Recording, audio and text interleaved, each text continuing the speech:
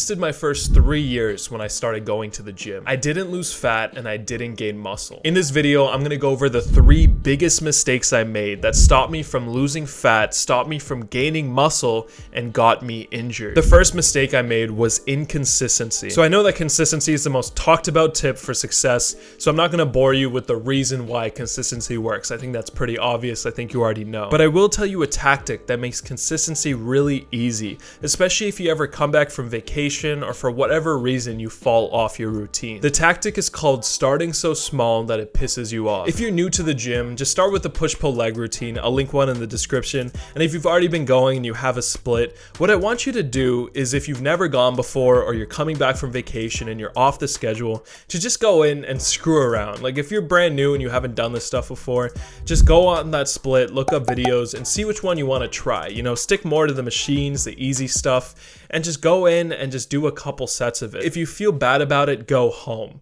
because 90% of the battle is just showing up to the gym. If you can get that consistent, then the rest will follow through. You just got to show up on a daily basis. And during this first week or 2 weeks, if your mind tells you like, no, you're better than this, like you are capable of doing the full workout routine, that might sound kind of, you know, productive and motivating, somewhat inspiring, right? You're like, wow, like I really want to push myself. I'm like David Goggins right now.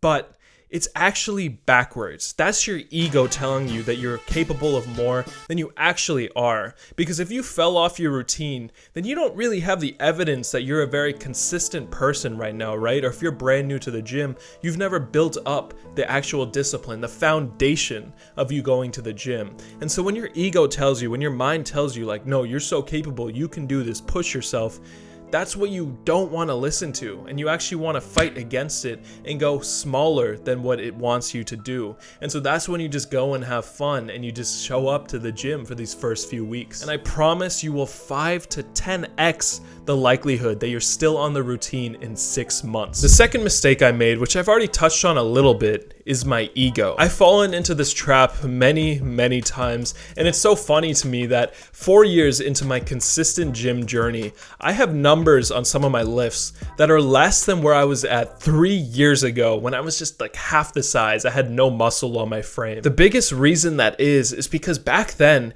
I was just pulling or pushing the most amount of weight that I could manage without caring about perfect form and without caring about actually feeling the muscle work as I'm pushing the weight. That's extremely important. You might have heard of progressive overload, where if you lift more week to week, your muscles will get bigger. And so for example, if you're doing bicep curls and you're lifting 10-pound dumbbells in the gym, just like this, if the next week you increase that to 12.5-pound dumbbells, then your biceps should get a little bit bigger. But building muscle isn't as simple as just increasing the number on the dumbbell or the weight that you're doing. It's actually about the specific amount of tension or stress you're putting on the specific muscle you're trying to grow. So when you're increasing the amount of weight you're doing, you have to make sure that it's just the muscle you're trying to grow that's being worked here. But a problem you might run into here is that it might take you a month or longer to increase the amount of weight you're doing. The solution to this is to progressively overload the amount of tension you're doing